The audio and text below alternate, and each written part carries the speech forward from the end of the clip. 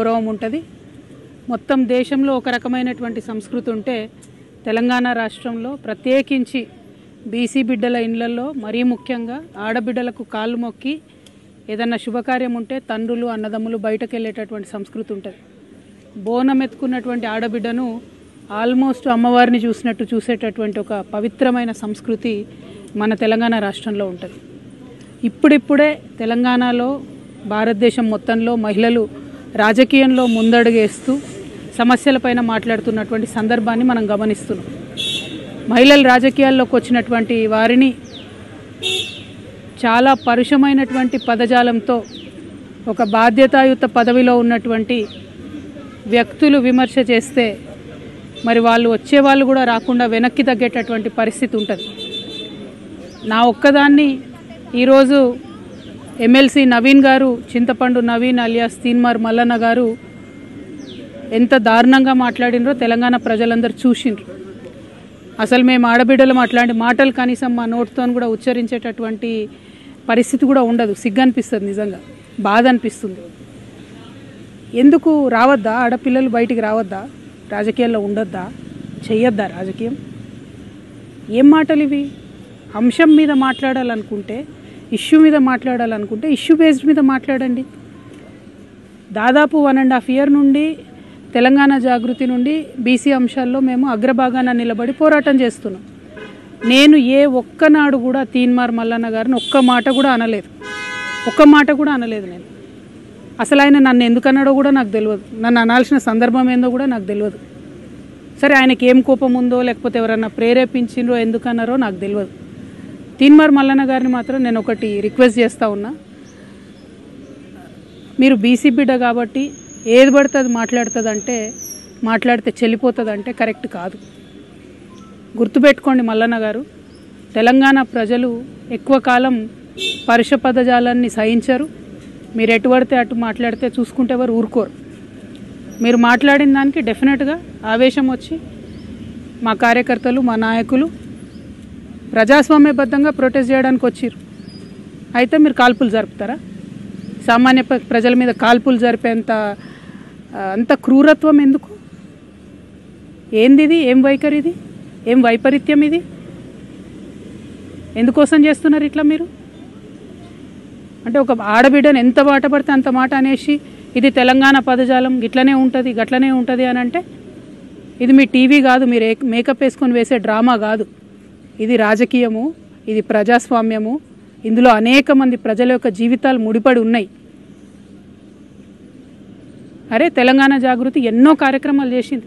అందులో బీసీ ఉద్యమం ఒక భాగం మాత్రమే. ఇంకా చాలా కార్యక్రమాలు చేస్తాం, ఇంకా బలంగా పోరాటం చేస్తాం. ఎందుకోసం మీకు ఇంత దుగ్ధ? ఎందుకోసం? ఒక ఆడబిడ్డ రోడ్డు మీద నిలబడి ప్రశ్నిస్తే తట్టుకోలేకపోతున్నారా? నాలాంటి వాళ్ళను కోట్లాది మందిని తయారు చేస్తా ఏమనుకుంటున్నారో మీరు? మేము అనుకుంటే, ఆడబిడ్డలు అనుకుంటే కనీసం ఇంట్లోకి వెళ్ళి బయటకు వెళ్ళలేరు. మీరు ఆలోచన చేసుకోవాలి మల్లన్న గారు. ఎవరి కోసం మాట్లాడుతున్నారు మీరు? నేను ఇవాళ రాష్ట్ర ముఖ్యమంత్రి గారిని కూడా అడుగుతున్నా. ఈ మల్లన్న గారు నిన్న మధ్యాహ్నం ఈ టైంకి ఈ మాట మాట్లాడితే ఇంతవరకు నేను ముఖ్యమంత్రి గారికి ఒక సహచర ఎమ్మెల్సీని ఇంతవరకు కనీసం ముఖ్యమంత్రి గారు మాట్లాడలే. ఆ రోజు వారి కుటుంబ సభ్యుల మీద మాట్లాడితే 2 ఆడపిల్లల్ని, యూట్యూబర్స్ని, జూనియర్ జర్నలిస్టులని పట్టుకపోయి మీరు జైల్లో పెడతారా? ముఖ్యమంత్రి గారు, నేను మిమ్మల్ని డిమాండ్ చేస్తూ ఉన్నా, మీరు తక్షణమే మల్లన్న గారిని అరెస్ట్ చేయకపోతే మల్లన్న గారితో ఈ మాటలు మాట్లాడించింది మీరే అని కూడా తెలంగాణ ఆడబిడ్డలు అందరూ అనుకునేటటువంటి పరిస్థితి వస్తుంది. మీ కుటుంబానికి ఒక న్యాయం, తెలంగాణ ఆడబిడ్డలందరికీ ఇంకో న్యాయం ఉంటుందా? ఎంత ఆవేదనగా మాట్లాడినారు ఆ రోజు అసెంబ్లీలో ముఖ్యమంత్రి గారు. మా ఆడబిడ్డలు అంటారా, మా కుటుంబాన్ని అంటారా అని. ఇవాళ నేను తెలంగాణ ఆడబిడ్డను కాదా? తెలంగాణ ఉద్యమంలో పనిచేయలేదా? తెలంగాణ బీసీల కోసం పనిచేస్తలేనా? తెలంగాణ అసెంబ్లీలో అంబేద్కర్ బొమ్మ పెట్టాలని దీక్ష చేయలేదా? ఎన్ని పనులు చేసినాం, ఎన్ని విషయాల్లో కొట్లాడినాం, ఎన్ని అంశాల్లో మాట్లాడినాం. ఇంకా మాట్లాడతాం. మాకు అవకాశం ఇస్తే ఆడబిడ్డలకి ఇంకా మాట్లాడతాం. ముఖ్యమంత్రి గారు నేను డిమాండ్ చేస్తూ ఉన్నా, ఎట్టి పరిస్థితుల్లో వెంటనే తీన్మార్ మల్లన్న గారిని అరెస్ట్ చేయాలి. మేము రేపు ఉమెన్స్ కమిషన్ కూడా వెళ్తాం, నేషనల్ ఉమెన్స్ కమిషన్ కూడా వెళ్తాం. ఇవాళ చైర్మన్ గారికి ఇచ్చిన రిప్రజెంటేషన్లో కూడా నేను అదే చెప్పిన. హౌస్ సెషన్లో లేదు కాబట్టి ప్రివిలేజ్ మోషన్ నేను మూవ్ చేయలేను, కాబట్టి ఎథిక్స్ కమిటీకి మీరు రిఫర్ చేయండి. అట్లానే చైర్మన్ గారికి డిస్క్రిషనరీ పవర్స్ ఉంటాయి. అంటే చాలా అసాధారణమైనటువంటి పవర్స్ ఉంటాయి. ఆ అసాధారణమైనటువంటి పవర్స్ యూజ్ చేసి తీన్మార్ మల్లన్న గారిని వెంటనే ఎమ్మెల్సీ నుండి సస్పెండ్ చేయమని కూడా నేను డిమాండ్ చేస్తూ ఉన్నాను. ఎందుకంటే ఒక బాధ్యతాయుతమైనటువంటి పదవిలో ఉన్న వ్యక్తులు నోరు చూసుకొని మాట్లాడాలి. మనని లక్షలాది మంది ప్రజలు గమనిస్తుంటారు. నాకు మాట్లాడరాక కాదు, నాకు భాష తెలియక కాదు, కానీ కంట్రోల్లో ఉండాలి, లిమిట్లో ఉండాలి, ప్రజాస్వామ్యబద్ధంగా ప్రశ్నించాలి. అది వదిలిపెట్టి మీరు ఏది పడితే అది మాట్లాడతామంటే మాత్రం మేము ఇక్కడ ఊరుకోము. ఏదో ఆడబిడ్డ కదా, ఓ సంస్థ నడుపుతుంది కదా, ఆమెను ఏదన్నా ఎవరుంటారు వెనక అనుకున్నారేమో. నా వెనక లక్షలాది మంది తెలంగాణ ఆడబిడ్డలు ఉన్నారు. నా వెనక లక్షలాది మంది తెలంగాణ అన్నదమ్ములు ఉన్నారు. నేను మామూలు ఆడబిడ్డను కాదు చెప్తున్నా. అగ్గి రవ్వనై రగులుతా ఎక్కువ తక్కువ వేస్తే. తీన్మార్ మల్లన్న గారు జాగ్రత్త, నేను చెప్తున్నా, జాగ్రత్తగా ఉండండి. Thank you. జై తెలంగాణ.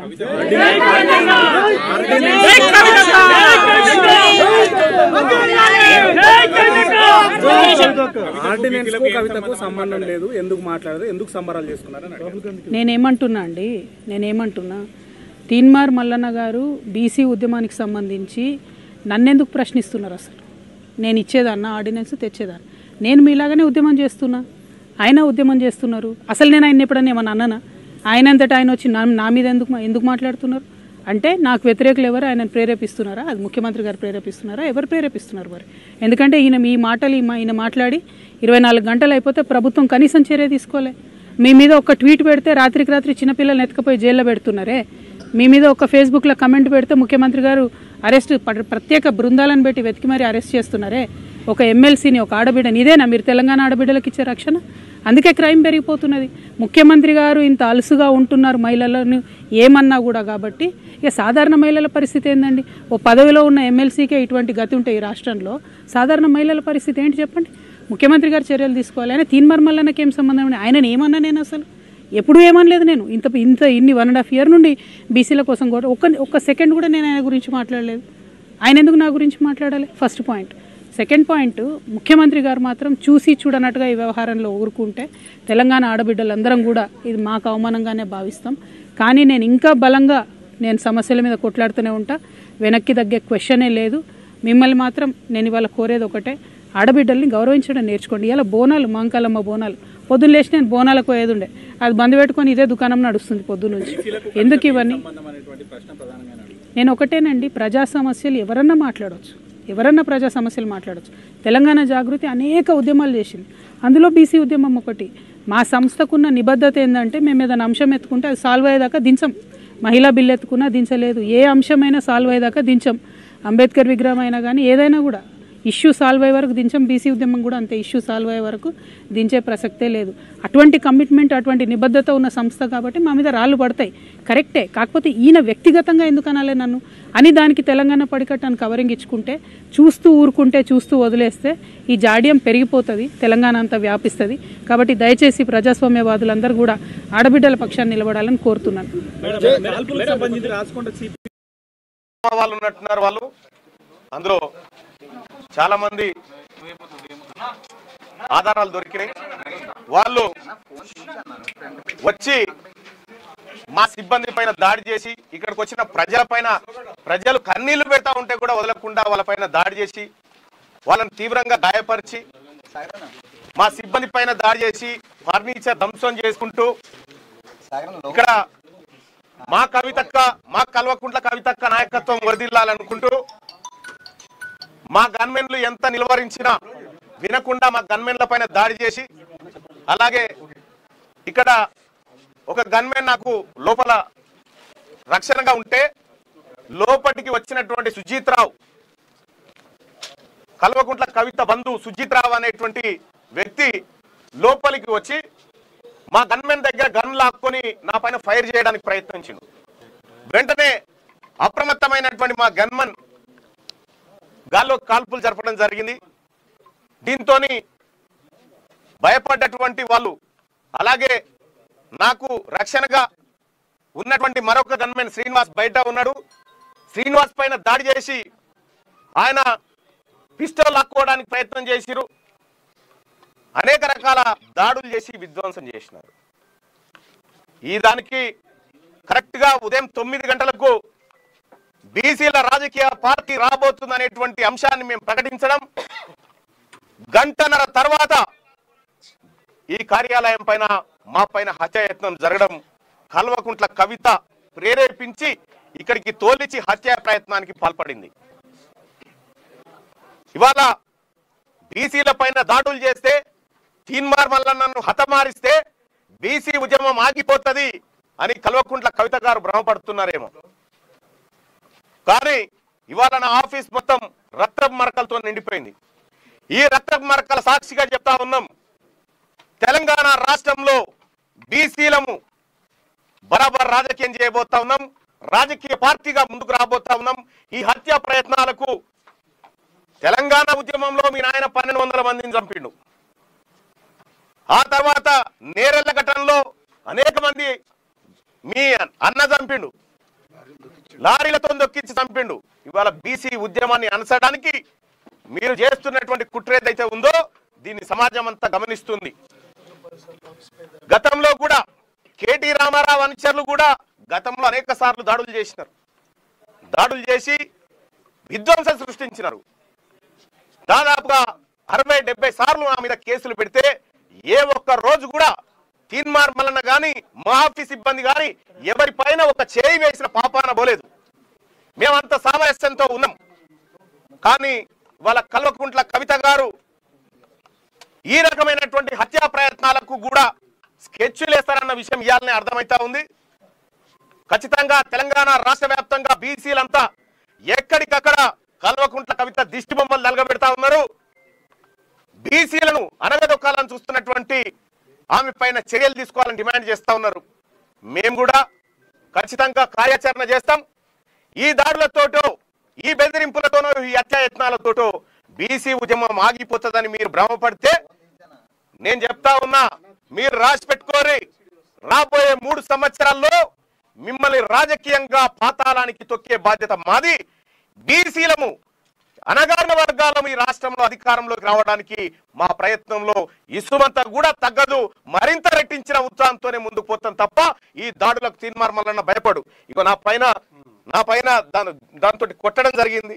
ఈ కొట్టినటువంటి నేను అడ్డుకోవడంతో మా బాలకృష్ణ మా గన్మెను ఆయన వెప్పన్ లాక్కొని నా మీద కాల్పులు చేయడానికి ప్రయత్నం చేశారు. ఈ రకంగా ఒక ఎమ్మెల్సీని నేను నా పైన హత్యాయత్నం చేసేటువంటి ప్రక్రియ కల్వకుంట్ల కవిత గారు ఆయన కుటుంబం ఆమె కుటుంబం అంతా ఈ కార్యక్రమానికి తెగబడిందంటే ఇక మీరా మేమా బీసీలమా తేల్చుకుంటాం. ఈ రాష్ట్రాన్ని 10 సంవత్సరాల పాటు దోచుకున్నటువంటి కల్వకుంట్ల కవిత కుటుంబమా, తెలంగాణ రాష్ట్రంలో ఉన్నటువంటి 2.5 కోట్ల బీసీ సమాజమా ఇక తేల్చుకుంటాం. మేము ఇవాళ తెలంగాణ రాష్ట్రం అంతా మేము పోరాడుతా ఉన్నాం. ఈ ప్రజలకు జరుగుతున్న అన్యాయాలు బయట పెడతా ఉన్నాం. మాకు రాగాల్సినటువంటి వాటా గురించి మాట్లాడుతా ఉన్నాం. ప్రభుత్వాన్ని నిలబిస్తా ఉన్నాం. ఈ ప్రభుత్వం మా సలహాలు స్వీకరిస్తా ఉంది. ఎక్కడైనా పొరపాట్లు జరిగితే సరి చేసుకుంటా ఉంది. ఈ ప్రభుత్వాన్ని మేము ప్రభుత్వంతో పోరాడుతా ఉంటే నీకేం బాధమ్మా? నీకు ఉనికి కావాలంటే మీ నాయన దగ్గర అడుక్కొచ్చుకో. బీసీ నాయకుల మీద బీసీ నాయకత్వం మీద దాడులు చేస్తే నీకు ఉనికి వస్తుంది అనుకుంటే అది నీ భ్రమ. మరింత దిగజారిపోయి ప్రజల్లో చులకనవడం తప్ప ఇంకా ఏమీ ఉండదు. కాబట్టి కల్వకుంట్ల కవిత గారు మీకు నేను చెప్తా ఉన్నా, మీరు ఇటువంటి చిల్లర మల్లర పనులు బంద్ చేసి మీ పంచాయతీ మీ నాయన మీద ఉన్న ఫ్రస్ట్రేషన్ అంతా బీసీల మీద తీస్తా అంటే మేము ఒప్పుకోము. మీ అన్న మీద ఉన్న కోపం అంతా మా మీద తీస్తా అంటే మేము ఒప్పుకోము. ఖచ్చితంగా దీన్ని ఎదుర్కొంటాం. రాజకీయంగా ప్రజాక్షేత్రంలో ఏం జరిగిందో ఈ రక్త మరకలతోటే రేపు ప్రజల దగ్గరికి పోతా ఉన్నాం. చూస్తాం ఏం జరుగుతుందో. ఖచ్చితంగా మేము నమ్ముతా ఉన్నాం.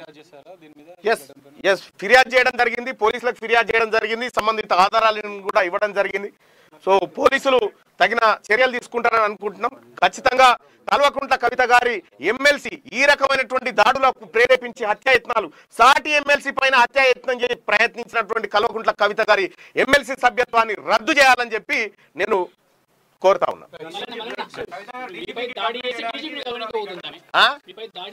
ఇగో ఇదే మొగర్ని కొట్టి మొగసాలకు ఎక్కింది అంటారు చూడు, అట్లుంది కథ.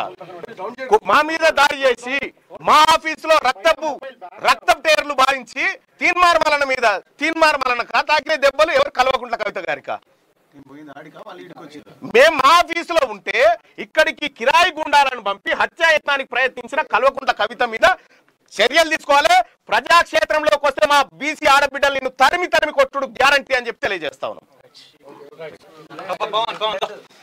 రైట్